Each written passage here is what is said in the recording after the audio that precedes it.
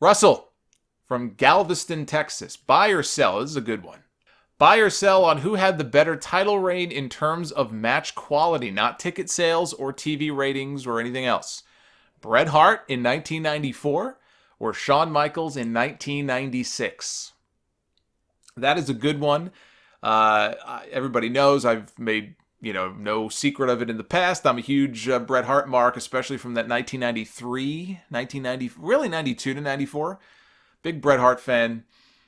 He's my favorite. If you asked me who's my favorite of all time, if I had to pick one name, it would be Bret Hart. I just thought he had just fantastic matches and feuds, back in the mid 90s. And even the stuff he did is, the anti-American, Hart Foundation stuff in 97, looking back on it now especially, was pretty groundbreaking stuff at that time.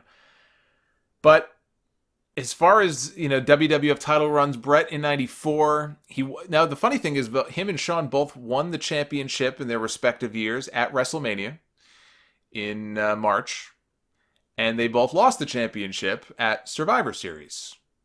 So that they kind of mirrored each other in terms of length. When I look at Bret's reign in 94, he won the title from Yokozuna in a crappy match at WrestleMania 10. He then went on to defend the championship against Diesel, which I think was that was the first of 3 matches they had between 94 and 95. The King of the Ring match between Bret and Diesel in 94, it had a crappy finish because, Jim Neidhart ran in. There was a DQ finish, but the match I thought was actually pretty good. It was probably the best Diesel had looked at up to that point. He wasn't really, that much of a singles wrestler. So the match wasn't great, but I don't remember I think the match was pretty good. But then Bret had that excellent championship match on Raw with the 1-2-3 Kid. He had the championship match on Superstars later that same month at the end of July with Bob Backlund. This was the match where Backlund snapped when the match was over and he turned heel. He put Bret in the chicken wing. And it led to what would be the submission match between, or was it submission or I Quit? They had, I think it was a submission match between Bret and Backlund at Survivor Series. Now, I don't remember that match being all that great or all that exciting.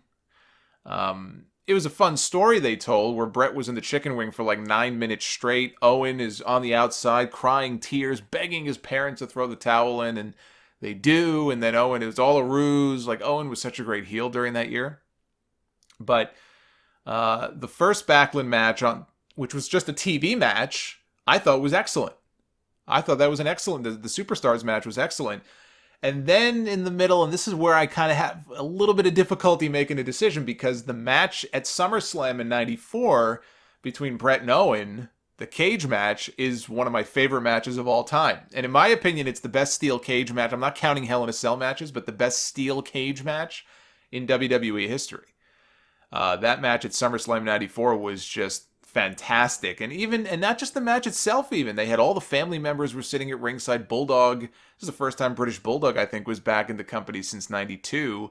There he is, jacked to the gills, sitting at ringside with his wife. The Anvil is seated behind him. All the drama at the end where Anvil sort of clotheslined him and his wife over the barricade, and all the family members are fighting, and Anvil's in the cage. Like, it was chaos. That whole thing, I just love that so much. And so it's hard for me to vote against Bret in 94, but I think I'm going to have to. So I'm going to buy on Shawn having the better reign in 96 over Bret in 94. I'll sell on that. Because when I look at Shawn Michaels in 96, when he won the championship, even though I think that Iron Man match is severely overrated, it was still a very good match. It was a hell of a lot better than Bret beating Yokozuna, WrestleMania 10. So Shawn, right out of the gate, winning the championship, starts with this classic Iron Man, win, 62 minutes or whatever it was that it went. The very next month, he has what was Diesel's best match in WWE, maybe the best match of his career, at the In Your House show. They had that No Holds Barred match, which was excellent.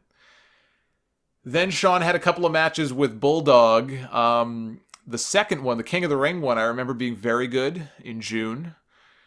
He had the match with Vader at SummerSlam in August, it was kind of like 3 matches in one, right? First, I think Vader won by DQ, then he won by countout, then DQ, They kept restarting it, then Shawn finally beat him, but that was a very good match. Then you have the In Your House match in September, Shawn and Mankind. One of the best championship matches you'll ever see. Maybe and honestly, one of the best matches of Mick Foley's career. And even Survivor Series, where Shawn lost the championship to Sid at Madison Square Garden. That was a fun match because everybody was booing Shawn out of the building. Sid was just over like gangbusters. And even that match, I thought that match was pretty good. So Shawn just had one great match after another in 96. If you're talking about in-ring match quality and nothing else, Bret had a few excellent matches as champion in 94, but he didn't have as many as Shawn did. So I gotta go Shawn over Bret.